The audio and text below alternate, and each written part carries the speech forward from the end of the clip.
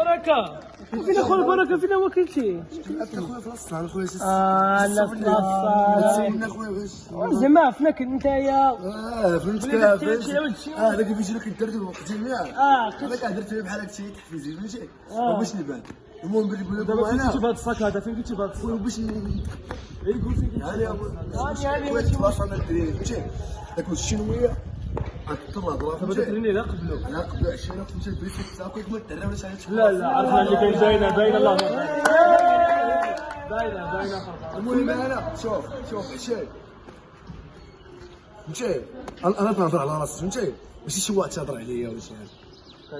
حاجه اشبع الحرب فهمتي وقتال ومعارك فهمتي وكاع الحومات تيشدوا في هذه العباد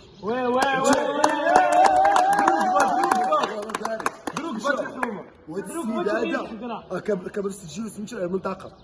وكان شاد الكارير فهمتي وكان جاي القضيه الحكومه فهمتي شوف نعاود لك واحد القصه وجا بحال الحجاج فهمتي السبع كان في الغابه فهمتي وكان فوق التيران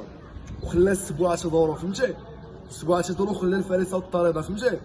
وهاد السبع هذا هو رشيد ولا هضر شي واحد راه غادي نبين لك الحوايج تاع 16 كيلو هذا ما قلنا حنا